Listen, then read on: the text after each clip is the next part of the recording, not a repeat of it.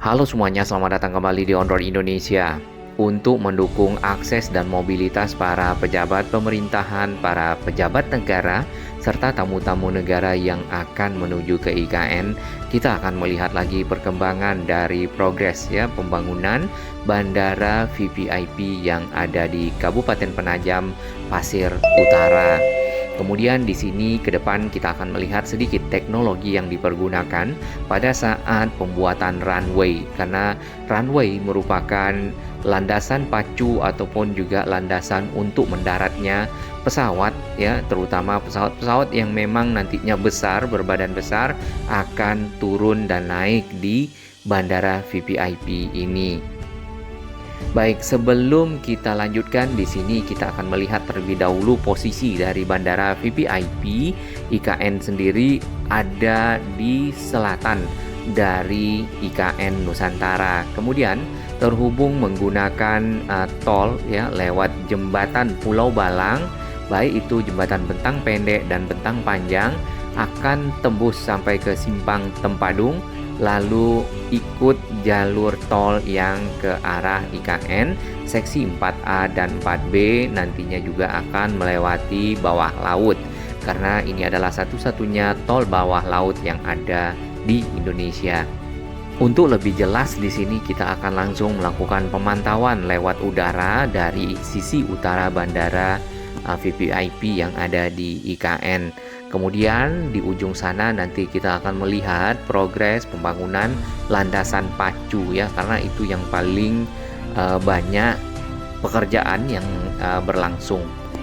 Di bagian bawah di sini ada proses-proses seperti grading, membuat tanah rata, kemudian juga membuat akses-akses jalan di antara tanah-tanah yang sudah rata tersebut. Kemungkinan area ini akan menjadi akses masuk dari Bandara VVIP karena nanti akan terhubung 1,5 kilometer menuju ke tol.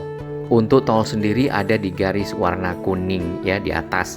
Kemudian akses tolnya menuju ke Bandara VVIP ini ada dua kalau selesai semua, yaitu yang melewati jembatan Pulau Balang itu yang ke arah Simpang Tempadung dan menuju ke titik 0 IKN.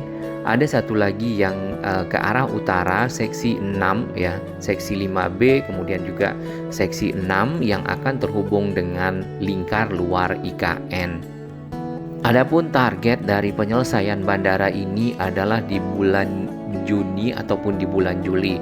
Namun kalau kita perhatikan untuk area yang masih dibangun, di sini masih pekerjaan-pekerjaan dasar seperti grading pemerataan tanah, kemudian pembuatan jalan akses. Sementara seperti itu belum dimulai pembuatan bangunan-bangunan serta pekerjaan dasar masih di sekitar runway. Sebelumnya kita sempat membaca di media masih terkait dengan lahan Bandara VVIP, akhirnya clear di antara pemilik lahan dan juga pemerintah dalam hal ini mencapai kata sepakat untuk memberikan ganti rugi terhadap masyarakat yang lahannya memang dipergunakan untuk pembangunan bandara dan sudah masuk ke ganti rugi tahap 2 Semoga semakin lancar ke depan pekerjaan dari pembuatan bandara ini serta fasilitas pendukungnya. Kemudian lagi yang penting kita dengarkan ataupun kita baca di media juga, yaitu tanggapan dari masyarakat sekitar. Ketua Lembaga Adat Pasir Kabupaten Penajam Pasir Utara, Pak Musa namanya, beliau mengatakan bandara ini akan membuat kawasan IKN itu semakin terbuka konektivitas semakin baik, tentunya semakin mudah dijangkau dari manapun. Berarti dalam hal ini beliau cukup open dengan pembangunan yang ada. Kemudian ada juga dari Sekretaris LAP Kabupaten Penajam Pak Nerham. Beliau mengungkapkan bandara ini akan memberikan kontribusi positif bagi pertumbuhan ekonomi dan pembangunan di Kalimantan Timur karena Bandara VVIP IKN akan menjadi penting dalam mendukung konektivitas dan pembangunan. Selain itu, Sultan Pasir yang mulia Pak Haji Muhammad Jarnawi. Beliau juga sangat mendukung penuh pembangunan IKN termasuk Bandara VVIP. Beliau menyatakan kami dari Kesultanan Pasir menyambut dengan antusias terkait progres pembangunan IKN karena mereka yakin dengan perpindahan ibu kota negara ke IKN dari Jakarta dapat membawa wajah baru dan menaikkan martabat masyarakat Kalimantan Timur di mata negara Indonesia dan juga di mata dunia tentunya. Dari arah di bawah pohon rindang di sini ada tanda di Google yang kalau kita baca itu adalah titik Bandara VVIP. Kita akan bergerak sedikit ke ujung ada pekerjaan-pekerjaan yang mulai dilakukan seperti pembuatan bore pile dan pondasi. Di bagian bawah tanah-tanah juga mulai diratakan dan diangkut oleh truk-truk yang ada Tanahnya di sini tanah hitam. Kemudian ada lagi tanah yang berwarna coklat. Di bagian bawah terdapat rotary drilling rig. Biasanya dipergunakan untuk membuat sebuah tiang pancang di dalam tanah ataupun bore pile. Dikatakan bore pile karena tiangnya dibuat dengan cara melubangi tanah lalu dimasukkan casingnya. Casing itu adalah besi bulat yang kosong di dalamnya dan ditanamkan ke tanah yang sudah dikeruk Kemudian dikeruk lebih dalam lagi dan dimasukkan cor-coran serta tulang-tulang besi. Fungsinya nanti itu untuk pondasi awal dari bangunan-bangunan yang akan dibuat. Apakah benar bangunan dari terminal atau juga bangunan misal jembatan tiang-tiang dari jembatan. Di seberangnya di sini pekerjaan makin banyak untuk proses penggalian dan perataan tanah-tanah yang ada tanah-tanah hitam. Sebelum kita melihat lebih lanjut pembangunan dan progres yang ada di landasan pacu Bandara VVIP serta teknologi yang dipergunakan, kita akan melihat akses menuju ke bandara menggunakan tol dari arah Balikpapan. Balikpapan sendiri memiliki bandara Sepinggan ataupun Sultan Haji Muhammad yang sudah beroperasi sejak lama. Kemudian akses tol ini ada yang baru sebenarnya dari Balikpapan ke Samarinda ataupun Balsam Nah, tol inilah yang akan dicabang ke arah IKN melewati Sungai Wain. Di sini Sungai Wainnya itu ada liku-likunya di mana nanti tolnya akan lewat di atas dari sungai tersebut.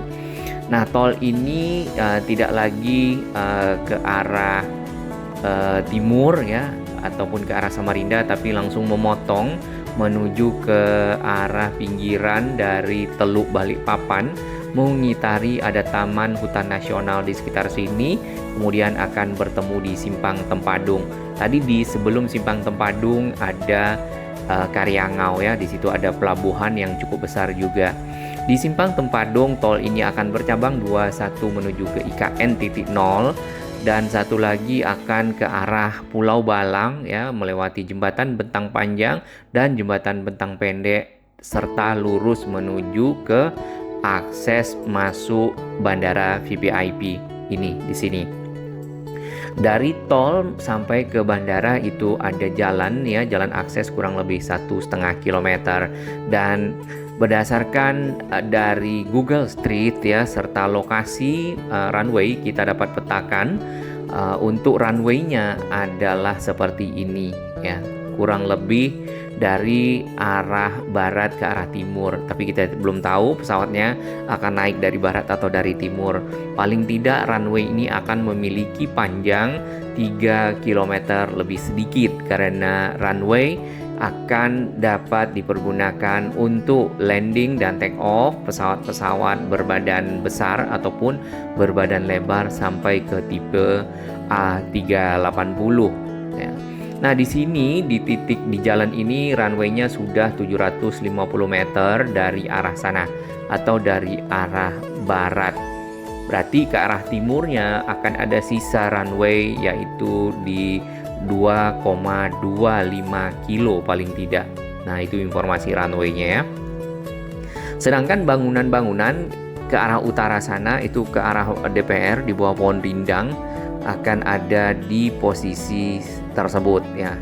Lalu setelahnya akan ada akses tol.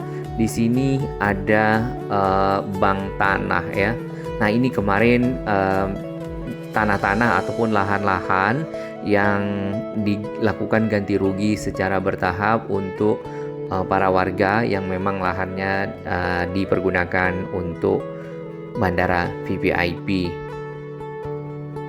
Di Google Earth ini ya belum terlihat pekerjaan signifikan, namun sudah ada petunjuk runway, sudah ada juga jalan yang lebih rata. Tadinya kan tentunya banyak tanaman dan juga bekas dari kebun sawit ya kalau di sini.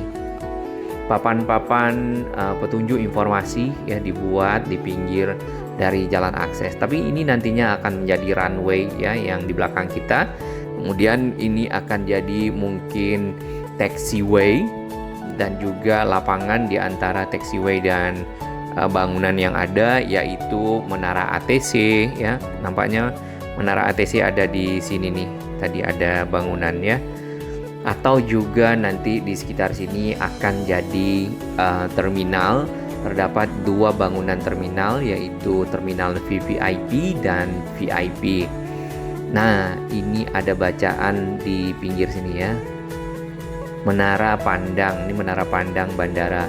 Namun kita belum tahu nih apakah ini akan dipakai sebagai ATC ya, Air Traffic Control, sebagai tempat di mana pengendalian dan pengaturan lalu lintas pesawat yang naik turun di IKN atau di lokasi lainnya. Tampak jelas ya di sini pohon-pohon sawitnya masih ada dan satu rumah adat ya. Tadi juga kita lihat realnya rumah adatnya masih ada, namun pepohonannya sudah mulai banyak yang ditebang. Sawit sendiri adalah hutan produksi, jadi bukan hutan natural ataupun hutan alami Kalimantan, karena wilayah ini adalah wilayah yang dipergunakan oleh perusahaan-perusahaan yang memiliki izin untuk menanam sawit. Kemudian tentunya sawit bisa diproduksi sebagai olahannya menjadi minyak ya, minyak goreng misalnya seperti itu, dan olahan-olahan turunan lainnya. Baik, kita akan bergerak ke arah runway ya. Di bawah ini DPR, di bawah pohon rindang tadi. Di kanan itu ada rumah adat Pasir, dan kemarin ada yang sempat bertanya, rumahnya belum dibongkar, mungkin masih dipakai oleh para pekerja untuk sebagai mes dan juga tempat lainnya.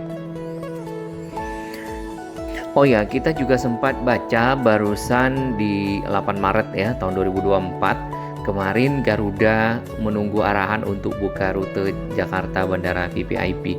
Ya, Garuda biasanya dipakai oleh Pak Presiden juga pada saat penerbangan ke luar negeri selain menggunakan pesawat pemerintahan.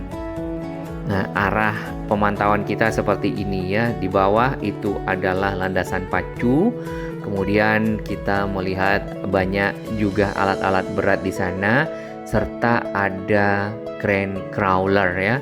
Crane tersebut sangat banyak melakukan aktivitas di sana dikarenakan ada satu teknologi yang mungkin sudah biasa digunakan dalam membuat bangunan ataupun membuat jalan ataupun landasan pesawat ya, landasan untuk naik turun pesawat, take off dan landing.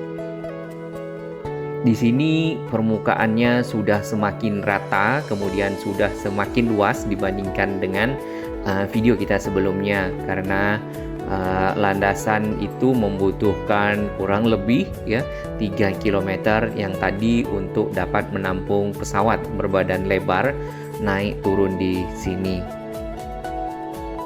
Ya, di bagian bawah ini ada pemerataan tanah kembali ya.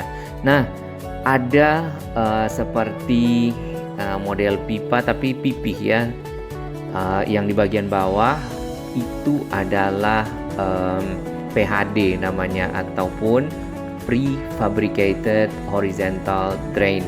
Kemudian ada lagi model pipih, itu model pita yang ditanamkan ke dalam tanah ya, nanti kita akan lihat detailnya. Itu namanya adalah PVD ataupun Prefabricated Vertical Drain. Fungsinya adalah untuk menyerap air-air tanah yang masih ada di bagian bawah ya, serta udara-udara yang terperangkap, sehingga pada saat semuanya sudah diserap dan dialirkan, ini akan dialirkan ke bagian drainase dan saluran yang ada, maka tanah-tanah itu benar-benar rapat dan kuat. Setelahnya akan ditutup, kemudian akan ditaruh beban. Biasanya ditutup lagi dengan geotekstil, kemudian ditambah beban. Nah, bebannya itu berfungsi untuk menekan tanah sehingga ruang-ruang tadi yang ada airnya akan terserap oleh si PVD dan juga PHD. Posisi tanah nantinya akan bisa saja turun ya, dikarenakan sudah mampat ke bawah, lalu ditutup kembali, ditambahkan, diratakan. Jadi tanah benar-benar kuat dan dapat disiapkan sebagai landasan tentunya. Ini adalah alat berat yang bernama crane crawler ya. Fungsinya untuk menanamkan si PVD, Prefabricated Vertical Drain, jadi modelnya vertikal ke bawah, nanti akan diikatkan ke PHD ataupun Prefabricated Horizontal Drain, jadi memanjang datar di atas tanah. Airnya nanti akan diserap oleh yang ditanam ke dalam tanah dan dialirkan oleh si PVD-nya. Ini gambarnya kurang lebih seperti ini. Dan inilah yang terjadi saat ini, proses pekerjaan yang berlangsung di landasan pacu Bandara VVIP IKN. Fungsinya menyerap, mengalirkan air dan udara yang diambil dari dalam tanah tadi ya, sehingga tanah yang tadinya lunak karena ada air, ada udara, menjadi benar-benar padat. Sebagai ilustrasi, proses pekerjaannya adalah seperti ini ya. Jadi ada satu alat crane crawler, kemudian ditanamkan ke bawah, lalu disambungkan dengan PVD. Nah, setelah itu ditutup ya, bagian atasnya dikasih beban, maka si tadi model pita itu akan menyerap air, menyerap udara, dan tanah di bawah itu benar-benar padat. Jadi tanah itu turun ya setelah ditambahkan beban di atasnya, dan si pita-pitanya itu akhirnya menyerap semuanya yang ada. Lalu didatarkan kembali sehingga benar-benar padat. Nah, setelah padat seperti ini, maka dapat dimulai pembangunan landasan. Nah, di sini contohnya adalah bangunan. Jadi bangunan berada di atas tanah yang benar-benar kuat. Karena tanah di sini kan bekas tanah dari hutan produksi, bukan hutan produksi ya, tapi lebih ke kebun sawit ya. Mungkin di bagian tanahnya yang bawah itu tanah-tanah gambut yang memang lunak dan banyak air ya. Nah, air dan juga udara yang ada dalam tanah itu membuat tanah, kalau misalnya ditekan, itu akan bisa turun ke bawah. Jadi memang harus dikeluarkan terlebih dahulu sehingga benar-benar padat dan mulai dilanjutkan pekerjaan bandara. Baik, kita akan ke utara lagi, jadi ke arah sana ya, itu akan ada bangunan-bangunannya dari sebuah bandara, terminal VVIP, terminal VIP, menara pantau ya. Kemudian di ujung lagi di bagian atas ya, kita bisa lihat jembatan yang ada di sana. Itu adalah jembatan Pulau Balang. Nampaknya itu jembatan bentang pendek ya, karena lebih jelas. Sedangkan yang bentang panjang ada di bagian belakangnya lagi. Semakin ke utara, kita akan semakin dekat dengan akses tol. Namun di sini akses tolnya belum kelihatan. Yang baru yang dikerjakan, yang bisa kita lihat progresnya adalah di sekitar Karangjuang yang ke arah Simpang Tempadung, kemudian Simpang Tempadung ke arah jembatan Pulau Balang. Ke sini mungkin sudah ada sedikit ya, mungkin land clearing, memotong pohon, mungkin nanti akan mulai dengan grading ya, pemerataan tanah, pemadatan dan hal-hal lainnya terkait pembangunan tol. Dikarenakan bandara ini adalah bandara VVIP, maka penerbangan komersial tentunya tidak ada di sini. Jadi hanya ada penerbangan-penerbangan resmi negara dan juga tamu-tamu negara serta pemerintahan. Bangunan terminal kurang lebih seperti ini, mengadopsi dari rumah adat ya Kalimantan Timur. Kemudian ada 2 bangunan, ada terminal VVIP dan terminal gedung VVIP dan gedung VIP ya. Kemudian ada apronnya serta taxiway dan juga runway. Secara keseluruhan luas dari area bandara IKN ini adalah 347 hektar. Nah, tadi runway-nya 3000 meter kali 45 meter. 3000 meter 3 kilo panjangnya. Kemudian 45 meter adalah lebar dari runway, walaupun wingspan ya ataupun lebar dari sayap pesawat A380 melebihi itu, namun tetap dapat menampung pesawat bisa naik turun di sini, pesawat-pesawat berbadan lebar. Yang kita belum tahu ini ada satu lagi pesawat ya, Antonov 225, itu mungkin dipergunakan oleh Pak Presiden Putin ya. Tapi biasanya kalau A380 bisa mendarat, maka Antonov 225 juga bisa ya. Kemudian ada taxiway itu 180 meter kali 30 meter. Jadi jalan pesawat yang akan menuju ke landasan pacu itu namanya taxiway. Ada yang A dan ada yang B. Ya, kemudian ada apron 102.000 meter persegi, serta kalau untuk terminal VVIP dan VIP-nya di 7.352 meter persegi, lumayan besar lah ya, paling tidak memadai untuk tamu-tamu negara pada saat mereka datang dan menunggu pesawat seperti itu, atau pada saat menunggu pesawat berangkat. Nah, tamu-tamu negara sendiri nanti akan menggunakan yang di sana Istana Negara ya. Jadi presiden akan menyambut tamu negaranya di Istana Negara di depan lapangan upacara tadi. Kemudian presiden sendiri berkantor di bagian belakang di gedung yang ada garudanya. Nah, menteri-menterinya ada di sini di depan plaza seremoni ya, di kiri dan kanan. Kemudian di sini ada mini teater nampaknya di bagian bawah serta banyak embung. Area di Plaza Seremoni ini gedung-gedungnya lebih banyak dipakai oleh Kemenko, Kementerian Koordinator, baik itu Marves, kemudian perekonomian, ada juga Polhukam serta pemberdayaan manusia dan kebudayaan ya. Baik, kita doakan semoga IKN dapat selesai tepat waktu dan nanti 17 Agustus dapat dipergunakan untuk upacara. Bandaranya juga dapat dipergunakan lagi oleh tamu-tamu negara, tamu-tamu pemerintahan, pejabat pemerintahan, agar menuju ke IKN menjadi lebih cepat. Dan IKN dapat mengakselerasi, ini yang penting, daerah-daerah di sekitarnya di Kalimantan, Sepaku, Penajam, Balikpapan, Samarinda, serta daerah lain di Pulau Kalimantan secara umum. Mudah-mudahan juga infrastruktur makin banyak dibangun di sini, tol, kereta, ya, dan infrastruktur lainnya. Ini konturnya berbukit, ya.